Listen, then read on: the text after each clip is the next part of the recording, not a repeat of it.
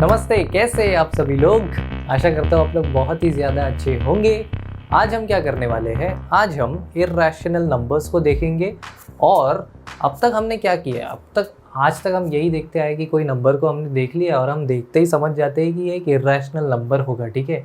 But यहाँ पे कहानी में थोड़ा ट्विस्ट है, क्योंकि हमें क्या करना है, जो चीज़ हम देखकर मान लेते थे कि इर्रेशनल नंबर है, अब हमें पेपर में प्रूव करके दिखाना है, ठीक है। पेपर में लिख कर बताना है कि भाई हाँ, ये नंबर एक इर्रेशनल नंबर है, ठीक है। पर उससे पहले इर्रेशनल नंबर्स क्या होते हैं दोस्तों? इर्रेशनल नंबर्स वो नंबर्स होते हैं जो रैशनल नहीं होते, ठीक है।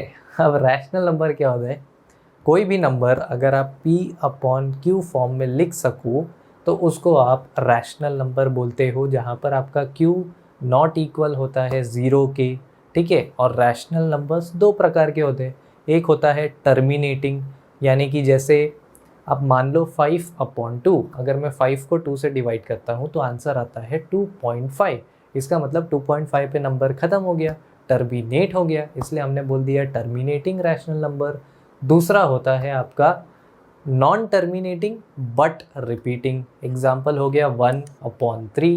जब मैं 1 को 3 से डिवाइड करता हूँ आंसर आता है 0.33333, रुकता ही नहीं है, रिपीट करता जाता है। ये भी एक रैशनल नंबर हो गया। अब वो नंबर्स जो रैशनल नहीं होते, यानी कि रिपीट नहीं करते और टर्मिनेट भी नहीं होते, वो होते हैं आपके इर्रेशनल नंबर्स, जैसे कि √2, √3, √5, √2/√3, 22/7 एंड सो ऑन, ठीक है। ये हो गए आपके इर्रेशनल नंबर्स, ठीक है। अब इर्रेशनल नंबर से रिलेटेड एक थियरम है हमारे पास। उस थियरम के मदद से हम किसी भी नंबर को इर्रेशनल प्रूव कर सकते हैं, ठीक है। तो थियरम देखते हैं। ऑलराइट, तो थियरम हमारा क्या बोलता है? थियरम हमारा सिंपल है। थियरम हमारा बोलता है कि let p be a prime number. P क्या है? पी कोई एक प्राइम नंबर है, ठीक है। If P divides A square, अगर P ए स्क्वायर को डिवाइड करता है, देन P डिवाइड्स A। अगर P ए स्क्वायर को डिवाइड करता है तो P A को भी डिवाइड करेगा। वेयर A क्या है? A हमारा कोई एक पॉजिटिव इंटीजर है। A हमारा एक पॉजिटिव इंटीजर है। सिंपल है कि अगर P ए स्क्वायर को डिवाइड करता है तो P A को भी डिवाइड करेगा। सिंपल यही लॉजिक है कि अगर कोई प्राइम नंबर किसी पॉजिटिव इंटीजर के स्क्वायर को डिवाइड करता है तो वही प्राइम नंबर वही पॉजिटिव इंटीजर को भी इंडिविजुअल, मतलब कि A आपका एक पॉजिटिव इंटीजर है, तो अगर कोई प्राइम नंबर उसके स्क्वायर को डिवाइड कर रहा है तो उस पॉजिटिव इंटीजर को भी वो प्राइम नंबर डिवाइड करेगा, ठीक है। ये एक सिंपल सा थियरम है जिसके मदद से हम इर्रेशनल नंबर्स को प्रूव करेंगे, ठीक है। बट ये थियरम आया कैसे, ठीक है, ये समझ में नहीं आ रहा कि ये चीज़ पॉसिबल कैसे है, ठीक है। उसके लिए हम इसको देखते हैं, ऑब्जर्व करते हैं चीज़ों को, ठीक है। चलो मान लेते हैं कि ए, हम कोई ए मान लेते हैं। ए क्या है? ए एक पॉजिटिव इंटीजर है, ठीक है। ए अगर हमने एक पॉजिटिव इंटीजर मान लिया तो थियरम के हिसाब से हमारे पास एक प्राइम नंबर होना चाहिए। तो हम एक पी मान लेते हैं जो कि एक प्राइम नंबर है। प्राइम नंबर्स कौन कौन से होते हैं हमारे? वन नहीं, 2, 3, 5 एंड सो ऑन, ये हो गए हमारे प्राइम नंबर्स। बट वो इस वक्त कंसिडर नहीं करें। पी कोई भी एक प्राइम नंबर है, ए कोई भी एक पॉजिटिव इंटीजर है, ठीक है। अब अगर दोस्तों मैं ए का प्राइम फैक्टराइजेशन करता हूँ, प्राइम फैक्टराइजेशन मतलब किसी भी नंबर को प्राइम फैक्टर्स के, मतलब कि जो प्राइम नंबर्स है उनके प्रोडक्ट के इसमें लिखना। जैसे कि हम अगर 10 का प्राइम फैक्टराइजेशन करते हैं तो क्या फैक्टर्स आते हैं? 2 × 5। हम 10 को ऐसे लिखते हैं जब हम इसका प्राइम फैक्टराइजेशन करते हैं, और 2 भी एक प्राइम नंबर है, 5 भी एक प्राइम नंबर है, ठीक है। तो मैं बोलता हूँ कि भाई ए का प्राइम फैक्टराइजेशन कर दो।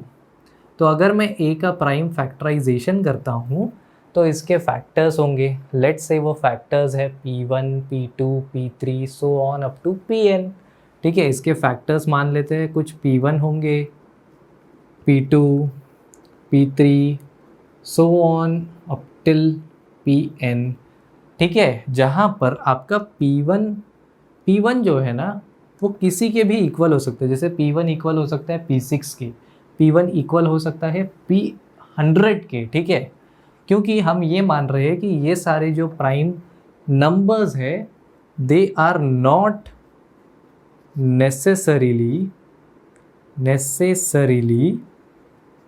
डिस्टिंक्ट, ठीक है। हम ये मान रहे हैं कि ये प्राइम नंबर्स सारे डिस्टिंक्ट नहीं है, मतलब P1 किसी के इक्वल हो सकता है, P2 भी किसी के इक्वल हो सकता है, ठीक है, they are not necessarily distinct. ऐसा क्यों?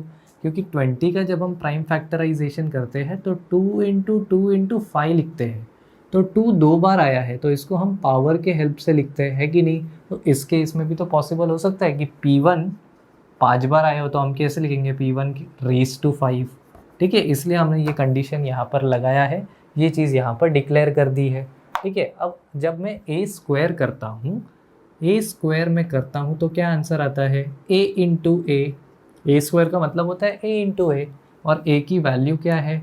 a की वैल्यू है P1 × P2 × P3 so on to Pn। ये एक a की वैल्यू है, दूसरी a की वैल्यू भी यही होगी, P1 × P2 × P3 so on up to Pn, ठीक है।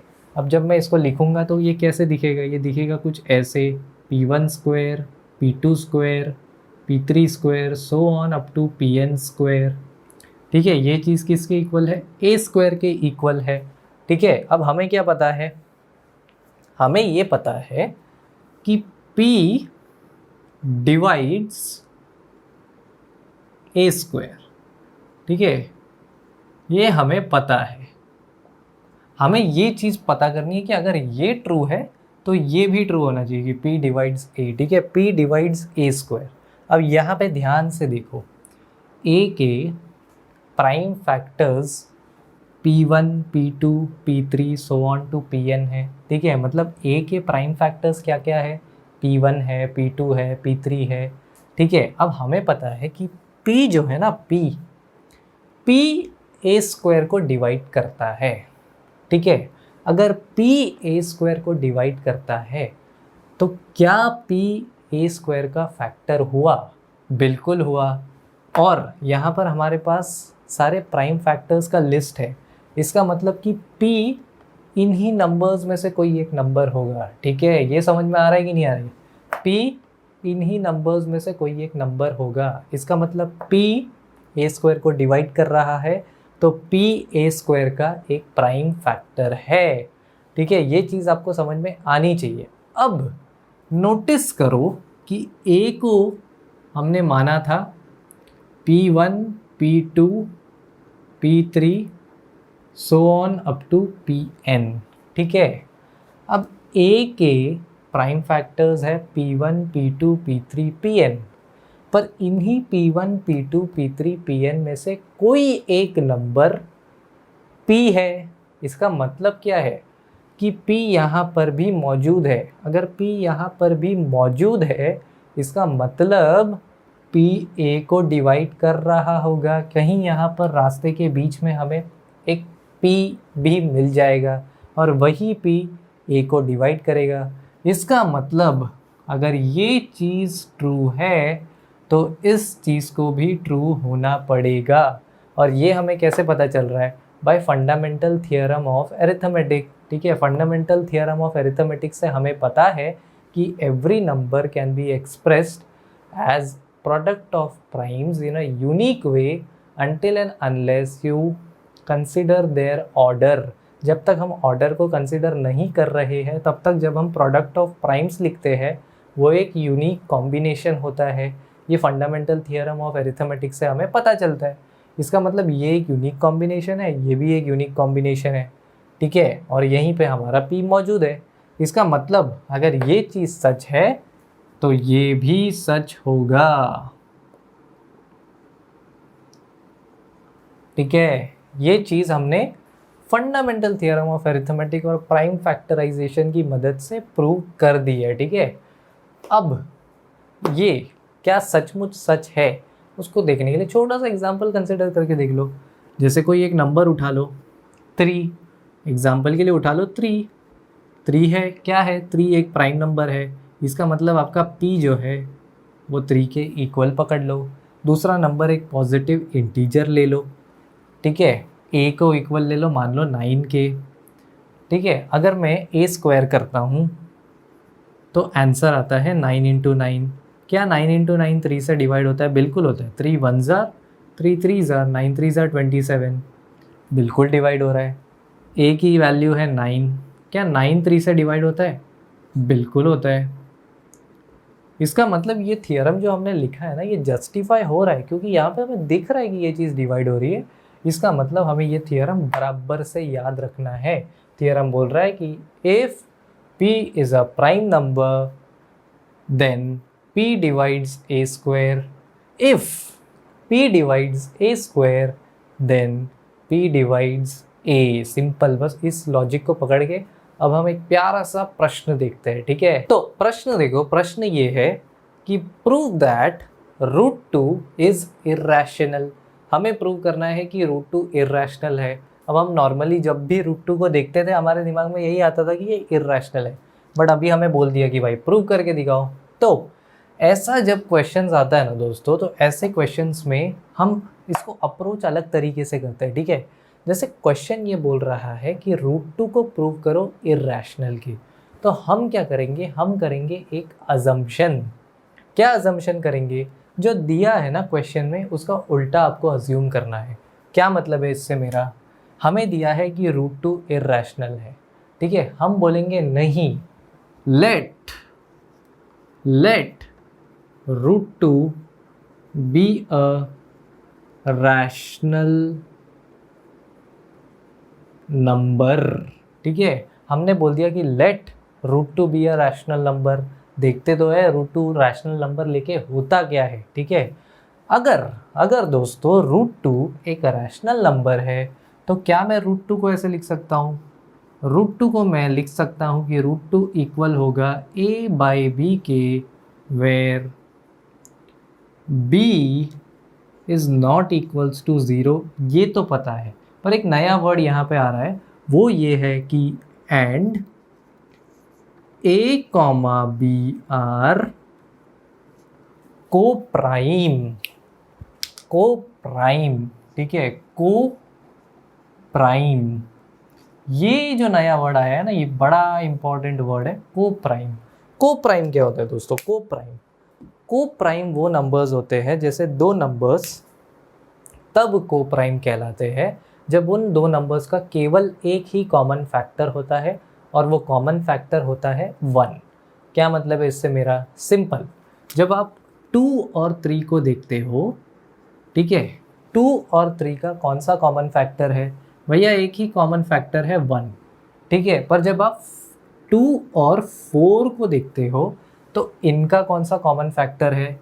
इनका कॉमन फैक्टर 1 तो है ही, पर 2 भी है, क्योंकि 2 के टेबल में भी 2 आता है, 4 के टेबल में भी 2 आता है, ठीक है। तो इसका कॉमन फैक्टर 2 हो गया, ठीक है। तो ये हमारा को प्राइम नहीं है, ठीक है। को प्राइम वो नंबर्स का पेयर होता है, जोड़ी होती है, जिनके फैक्टर में सिर्फ 1 कॉमन होता है, ठीक है।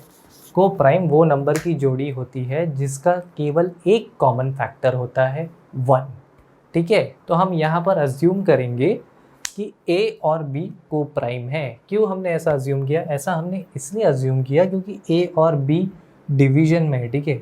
अगर इनका कोई और कॉमन फैक्टर होगा तो और a और b और कट होते चले जाएगा। जैसे कि 2/3 जब मैं लिखता हूँ, ठीक है, जब मैं ऊपर नीचे 2 से मल्टीप्लाई कर देता हूँ तो ये हो जाता है 4/6, ठीक है। क्या 4/6 सबसे सिंप्लीफाइड फॉर्म है इस फ्रैक्शन का? नहीं, सबसे सिंप्लीफाइड फॉर्म तो 2/3 है।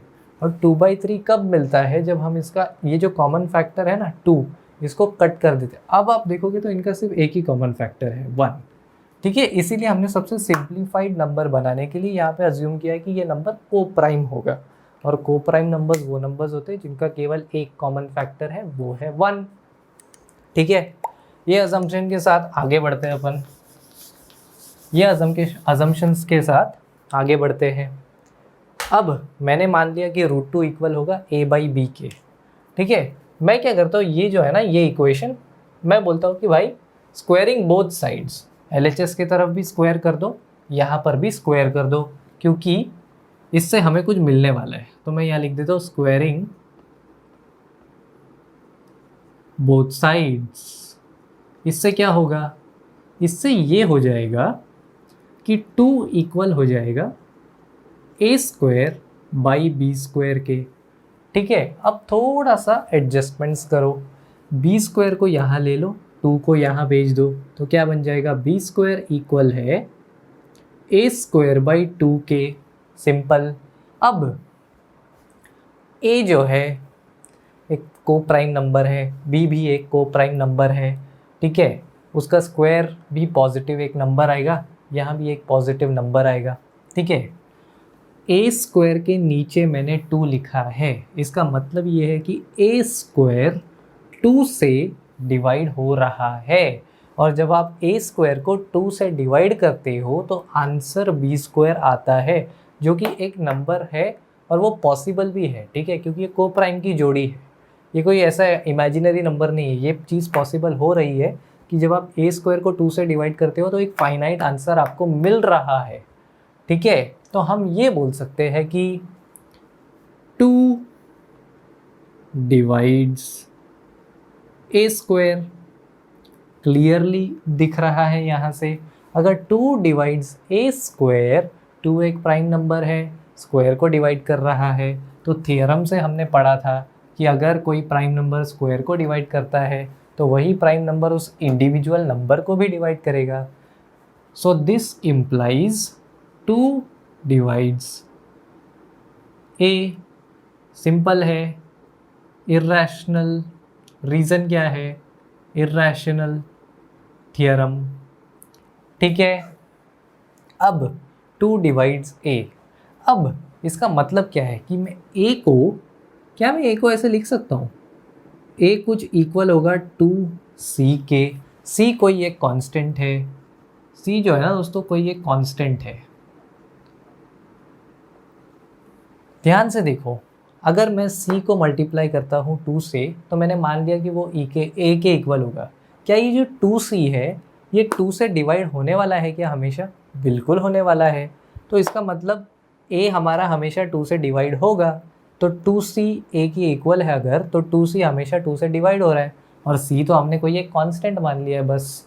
तो ये चीज़ सही है बिल्कुल। अब आपको क्या करना है, ये जो हमने यहाँ लिखा है इसको उठा के इस इक्वेशन में रख दो, ठीक है। a की वैल्यू को 2c यहाँ पुट कर दो, तो क्या हो जाएगा, ये बन जाएगा b² इक्वल है 2c the whole square upon 2k, यानी कि 4c² अपॉन 2k, यानी कि 2c² के।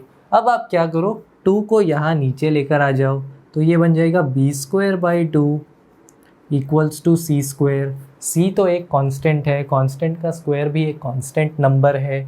इसका मतलब जब मैं b² को 2 से डिवाइड करता हूँ तो एक कांस्टेंट आंसर आने वाला है। इसका मतलब क्या है कि b² डिवाइड हो रहा है 2 से, इसका मतलब 2b² का एक फैक्टर है, तो वही हम यहाँ पर लिख देंगे। हम यहाँ पर लिखेंगे कि 2 डिवाइड्स b²।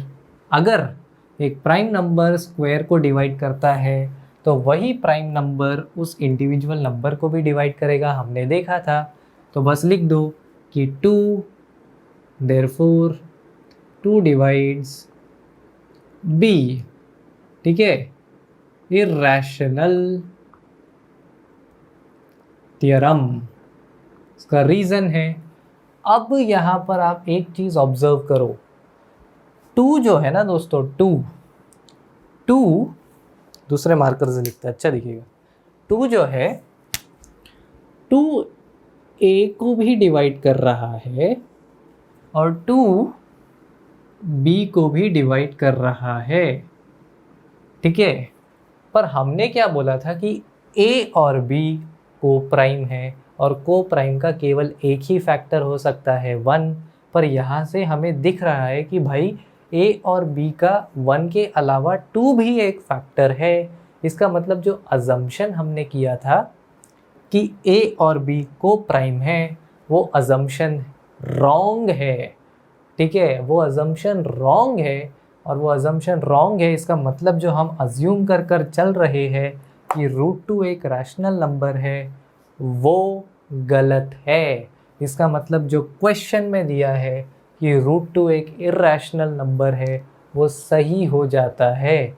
ठीक है, यहाँ पे simple, but this contradicts the fact that A and B are co-prime, therefore √2 is irrational। ठीक है, जो बोला था उसका उल्टा, उसका विपरीत हमने अज्यूम किया, उसको गलत प्रूव किया, और जो क्वेश्चन में दिया था वो सही प्रूव हो जाता है इस टेक्निक से। ठीक है, और ये जो टेक्निक है, जो दिया है उसका उल्टा अज्यूम करना, इस टेक्निक को बोलते हैं कॉन्ट्राडिक्शन टेक्निक। Contradiction technique. ठीक है, कॉन्ट्राडिक्शन क्यों बोलते हैं? क्योंकि जो दिया है उसका उल्टा अज्यूम कर कर हम आगे प्रोसीड कर रहे हैं। तो ऐसे आप √2 प्रूव कर सकते हो कि एक इर्रेशनल नंबर है। √2 क्या, कोई भी नंबर, कोई भी प्राइम नंबर जो रूट के अंदर आता है, जैसे √p, उसका यही अप्रोच रहने वाला है, बस 2 के जगह p हो जाएगा, हर जगह 2 के जगह पर p होगा। कोई भी रूट के अंदर नंबर ले लो, जैसे √3, √5, √11, सारे नंबर्स आपके डिवाइड होंगे। सेम टेक्निक से आपको प्रूव करना है। ऐसे ही स्टेटमेंट्स लिखते जा रहे हैं, लास्ट में लिखना है कि चीज़ें कॉन्ट्राडिक्ट हो रही है, इसलिए जो नंबर दिया गया है रूट के अंदर √p, वो एक इर्रेशनल नंबर है। ठीक है, ये हो गया हमारा पहला प्रश्न। अब दूसरा प्रश्न देखते हैं। ठीक है, ऑलराइट, तो इस प्रश्न में हमें बोला गया है कि प्रूव कीजिए कि 5 - √3 एक इर्रेशनल नंबर है। पहले सिर्फ एक नंबर दिया हुआ था, अब यहाँ पर 2 नंबर दे दिए, कोई फ़र्क नहीं पड़ता, उल्टा ये ज़्यादा इजी है। क्यों, पता है क्या? देखो, हमारा टेक्निक क्या है कि नंबर इर्रेशनल दिया है, हम अज्यूम कर लेंगे कि let 5 - √3 is a rational number. अगर ये रैशनल नंबर है तो डेफिनेटली मैं इसको लिख सकता हूँ a/b के इक्वल, जहाँ पर a और b को प्राइम है और b नॉट इक्वल टू 0 है। ठीक है, अब पहले हमने क्या किया था, यहाँ पे एक ही नंबर था तो हमने स्क्वायरिंग कर दिया था। यहाँ पे थोड़ा गेम उल्टा करते हैं, हम क्या करते हैं, एडजस्टमेंट कर देते हैं। a/b को इस तरफ लेके आते हैं, LHS में लेके आते हैं, -√3 को RHS में भेज देते हैं। ठीक है, तो जब मैं यहाँ a/b को इस तरफ लाऊंगा तो पॉजिटिव विल बिकम नेगेटिव, तो ये बन जाएगा 5 - a/b। यहाँ -√3 है, राइट हैंड साइड में चला जाएगा तो +√3 बन जाएगा। ठीक है, ये देखो, ये जो है ना, ये लेफ्ट साइड में, इसको सॉल्व करते हैं। सॉल्व कैसे करेंगे, 5 अकेला लिखा है तो मैं इसके नीचे 1 लिख सकता हूँ, क्रॉस मल्टीप्लाई करो, ये बन जाएगा 5b - a/b इक्वल्स टू √3। अब LHS को ऑब्जर्व करो दोस्तों, LHS में a/b, इसको छोड़ो, इधर ही देख लो, 5 जो है एक पॉजिटिव इंटीजर है, पॉजिटिव इंटीजर है, इसका मतलब एक रैशनल नंबर है। a/b भी एक रैशनल नंबर है। अगर मैं एक रैशनल नंबर से एक रैशनल नंबर को सब्ट्रैक्ट करता हूँ तो मेरा फाइनल आंसर एक रैशनल नंबर आता है, बराबर है, क्योंकि यहाँ पर b a पॉजिटिव इंटीजर्स ही है। ठीक है, इसका मतलब मेरा जो LHS है ना, LHS, मेरा जो LHS है ये एक रैशनल नंबर है, और हमें पता है कि √3 जो है ना, √3 √3 तो एक इर्रेशनल नंबर है, ये चीज़ हमें पता है। और हमारा ये इक्वेशन क्या बोल रहा है पता है आपको? हमारा ये इक्वेशन ये बोल रहा है कि भैया रैशनल नंबर आपका इक्वल है इर्रेशनल नंबर के। अब मुझे एक बात बताओ, अगर ये रैशनल नंबर इक्वल हो जाता है इर्रेशनल नंबर के, तो दोनों के नाम अलग अलग क्यों है? ठीक है, इसका मतलब ये स्टेटमेंट तो फालतू है, बेबुनियाद है, कोई अस्तित्व ही नहीं है इस स्टेटमेंट का। ठीक है, एक रैशनल नंबर कभी भी एक इर्रेशनल नंबर के इक्वल नहीं हो सकता। ठीक है, मतलब कि हमने जो अज्यूम किया है कि 5 - √3 is a rational number, it is wrong. This contradicts our assumption। ठीक है, therefore 5 - √3 is an irrational number. बस आपको इतना ही करना था। रैशनल नंबर कभी भी इर्रेशनल नंबर के इक्वल नहीं हो सकता, इसलिए हमने कॉन्ट्राडिक्टरी स्टेटमेंट यहाँ पर लगा दिया और ये ऑटोमेटिकली प्रूव हो जाता है। ठीक है, तो ऐसा टाइप का अगर आपको क्वेश्चन दिखता है तो ये तो और भी ज़्यादा आसान है, सिर्फ आपको एडजस्ट करना है और ऑटोमेटिकली आपका सॉल्यूशन आपके सामने आ जाएगा। अब हम देखते हैं एक तीसरा प्रश्न। ठीक है, तो अभी देखो हमारा ये नया क्वेश्चन क्या बोल रहा है, प्रूव दैट 3√2 इज इर्रेशनल। वही करना है। नया क्या है, पहले हमारे पास सिर्फ √2 था, अब बाहर भी एक नंबर आ गया है 3, इसको हमें इर्रेशनल प्रूव करना है। सेम अप्रोच, हम मान लेंगे कि 3√2 जो है ना दोस्तों, ये एक रैशनल नंबर है। ठीक है, इसका मतलब मैं 3√2 को कोई a/b फॉर्म में लिख सकता हूँ। अब आपको क्या करना है, 3 को यहाँ नीचे लेकर चले जाओ। जब आप 3 को नीचे लेकर चले जाओगे तो क्या बन जाएगा, √2 इक्वल बन जाएगा a/3b के। और यहाँ पे वही ऐसा हमारा अजम्पशन है कि a और b को प्राइम है और b नॉट इक्वल है 0 के। ठीक है, तो √2 इक्वल बन जाएगा a/3b के। अब हमें ये तो पता है कि a/b एक रैशनल नंबर है, और अगर आप एक रैशनल नंबर को एक नॉर्मल सिंपल से पॉजिटिव इंटीजर से डिवाइड करते हो जो कि एक रैशनल नंबर है, तो आंसर तो इसका रैशनल नंबर ही आने वाला है। और जो √2 है ये एक इर्रेशनल नंबर है, ये हमें पहले से पता है। ठीक है, तो अगेन वही इक्वेशन बन गया कि इर्रेशनल नंबर इक्वल है रैशनल नंबर के, जो कि भैया गलत है, ऐसा थोड़ी पॉसिबल है, ये चीज़ गलत है। इसका मतलब हमारी चीज़ हो रही है कॉन्ट्राडिक्ट। ये ऐसे ही सिंबल होता है कॉन्ट्राडिक्शन का, मैंने यहाँ पे ऐसे लिख दिया है। कॉन्ट्राडिक्ट हो रही है हमारा अजम्पशन कि 3√2 रैशनल है, वो कॉन्ट्राडिक्ट हो रहा है। इसका मतलब कि 3√2 एक इर्रेशनल नंबर है। तो ऐसे हम दिए गए नंबर्स को इर्रेशनल प्रूव करते हैं अपने थियरम की मदद से, जो हमने देखा था ये वाला कि if let p be a prime number, if p divides a square then p divides a where a is a positive integer. इस थियरम की मदद से हम ये चीज़ प्रूव करते हैं। तो अगर आपको कोई नंबर को इर्रेशनल प्रूव करना है तो आपको इस थियरम के बारे में नॉलेज होना चाहिए। ठीक है, आशा करता हूँ आपको आज का वीडियो पसंद आया होगा। Thank you so much guys ये वीडियो देखने के लिए। Bye bye and take care.